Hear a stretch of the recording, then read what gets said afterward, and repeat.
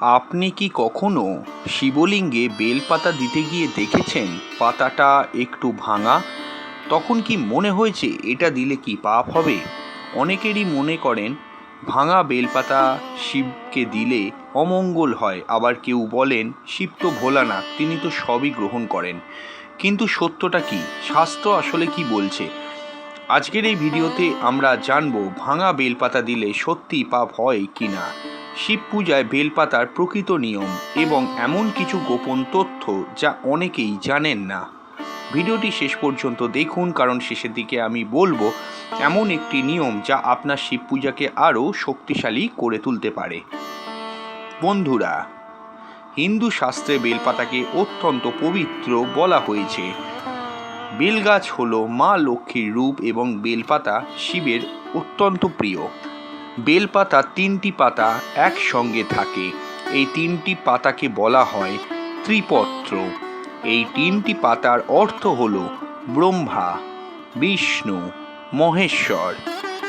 আবার অনেক জায়গায় বলা হয় এটি বোঝায় সত্য, রজ এবং তম গুণের প্রতীক। এবং আরও একটি অর্থ হলো শিবের 3 চোখ। তাই বেলপাতা দিয়ে শিব পূজা করলে মনে করা হয় যে সমস্ত দেবতার আশীর্বাদ একসঙ্গে পাওয়া যায়। শাস্ত্র অনুযায়ী আদর্শভাবে বেলপাতা হওয়া উচিত সম্পূর্ণ পরিষ্কার 3টি পাতাযুক্ত, কারণ এটি পূর্ণতার প্রতীক হিসেবে ধরা হয়। কিন্তু এখানে একটি বড় ভুল ধারণা আছে। অনেকেই মনে করেন ভাঙা বেলপাতা দিলে পাপ হয়। আসলে শাস্ত্রে কোথাও স্পষ্টভাবে বলা নেই যে ভাঙা বেলপাতা দিলে পাপ হবে। বরং শিব পুরাণে বলা হয়েছে যদি ভক্তি সত্যিকারের হয় তাহলে ভগবান শিব খুব সামান্য উপহারেও সন্তুষ্ট হন। মনে রাখবেন, শিবকে বলা হয় আশুতোষ, অর্থাৎ তিনি খুব দ্রুত ভক্তের ভালোবাসায় সন্তুষ্ট হন। তাই যদি ভুলবশত ভাঙা বেলপাতা দিয়ে ফেলেন তাহলে তা পাপ নয়। এখন প্রশ্ন আসে, যদি পাপ না হয় তাহলে অনেক পুরোহিত কেন বলেন ভাঙা বেলপাতা দেবেন না অথবা দিতে নেই? এর কারণ হলো পূজার শুদ্ধতা। পূজার সময় সব কিছু যতটা সম্ভব নিখুঁত রাখা হয়। যেমন ভাঙা ফুল ব্যবহার করা হয় না, বাসি ফুল ব্যবহার করা হয় না, তেমনি ভাঙা বেলপাতাও ব্যবহার না করাই ভালো।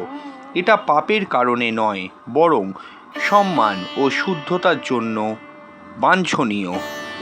ঠিক যেমন আমরা কাউকে উপহার দিলে সেরা জিনিসটাই দিতে চাই, তেমন শিবকে পূজা করলে সর্বোত্তম বেলপাতা দেওয়াই শ্রেয়।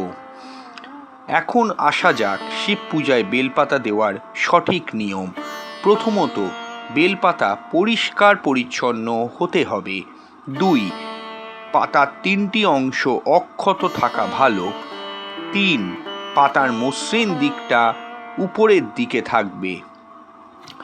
4, ওং নমঃ শিবায় মন্ত্র জপ করে অর্পণ করা উচিত। 5, সোমবার বা মহাশিবরাত্রিতে বেলপাতা দেওয়া বিশেষ শুভ। আরেকটি গুরুত্বপূর্ণ নিয়ম, বেলপাতা দেওয়ার আগে পাতার ডাঁটি একটু ভেঙে দেওয়া হয় অনেক সময়, কারণ এতে অহংকার ত্যাগের প্রতীক বোঝানো হয়।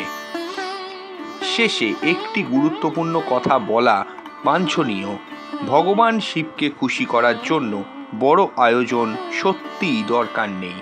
শাস্ত্রে বলা হয়েছে যদি কেউ সত্যিকারের ভক্তি নিয়ে 1 ফোঁটা জলও শিবলিঙ্গে দেয় তাহলেও ভগবান শিব যথেষ্ট সন্তুষ্ট হন।